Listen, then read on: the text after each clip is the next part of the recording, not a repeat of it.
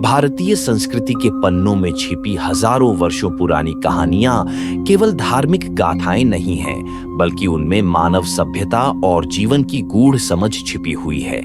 उन्हीं में से एक है भगवान विष्णु के दशावतारों की परंपरा, जो पृथ्वी पर धर्म की स्थापना हेतु समय समय पर लिए गए उनके 10 रूपों को दर्शाती है।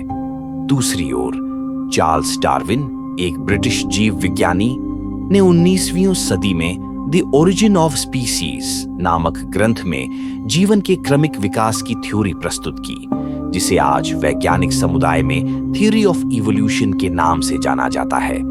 आश्चर्य की बात यह है कि जब हम भगवान विष्णु के दशावतारों के क्रम को डार्विन के विकास क्रम से तुलना करते हैं, तो यह पाते हैं कि यह एक आध्यात्मिक दृष्टिकोण से लिखा गया विकास का क्रम प्रतीत होता है।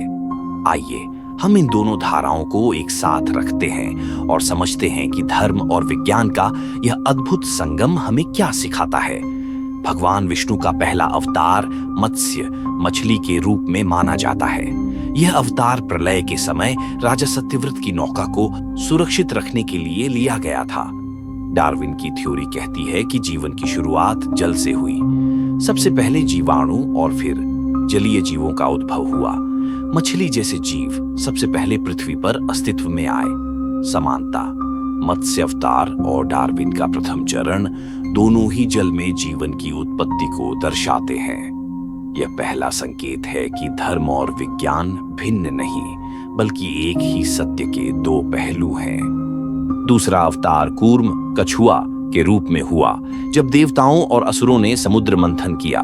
भगवान विष्णु ने मंदराचल पर्वत को सहारा देने के लिए कछुए का रूप लिया।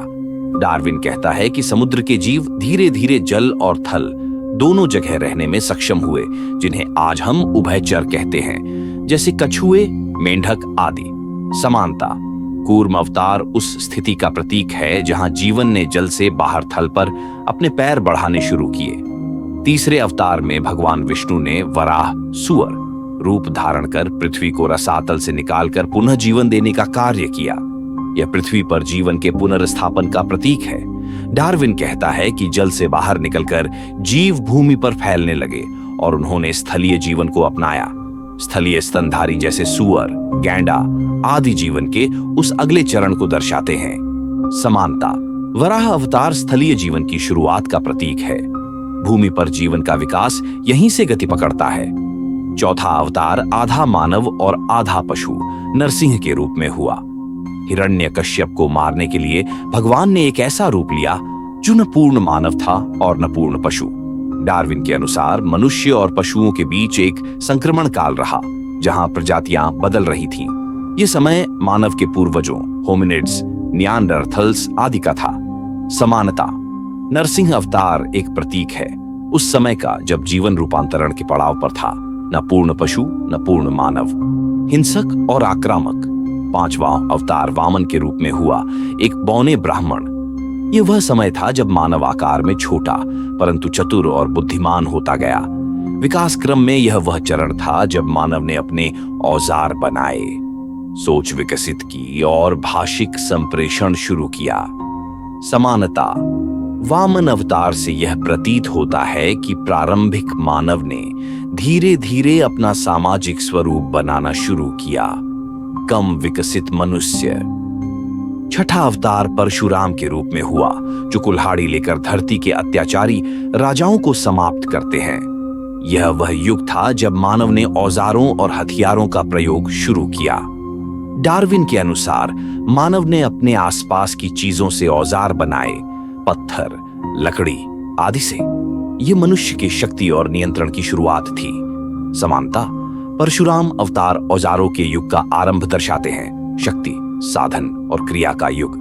सातवां अवतार श्री राम का है, जो मर्यादा पुरुषोत्तम माने जाते हैं। राम ने एक आदर्श जीवन जिया, पुत्र धर्म, राज्य धर्म, पति धर्म आदि का पालन करते हुए। यह युग था जब मानव ने समाज, नियम, कानून, परिवार और शासन की व्यवस्था बनाई।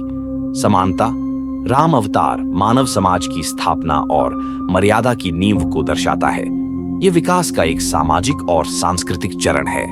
कृष्ण का अवतार केवल एक योद्धा का नहीं, बल्कि राजनीतिक, कूटनीतिक, भावनात्मक और दार्शनिक समझ का परिचायक है। श्री कृष्ण गीता के उपदेश देते हैं, ज्ञान और मोक्ष की राह दिखाते हैं। विकास के क्रम में यह वह चरण है जब मानव ने धार्मिक, आध्यात्मिक और दार्शनिक चिंतन प्रारंभ किया। उच्चतम बौद्धिक स्तर, समानता। कृष्ण अवतार मानव चेतना की गहराई, सामाजिक मनोविज्ञान और दर्शन का रूप है।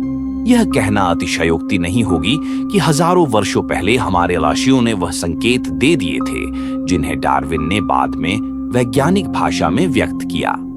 पौराणिक अवतारों का क्रम न केवल आध्यात्मिक दृष्टिकोण देता है, बल्कि जीवन की क्रमिक प्रगति और चेतना के विकास को भी दर्शाता है। जहां डार्विन जीव जगत के शारीरिक विकास की बात करते हैं, वहीं दशावतार जीवन के मानसिक, सामाजिक और आध्यात्मिक विकास की कथा कहते हैं।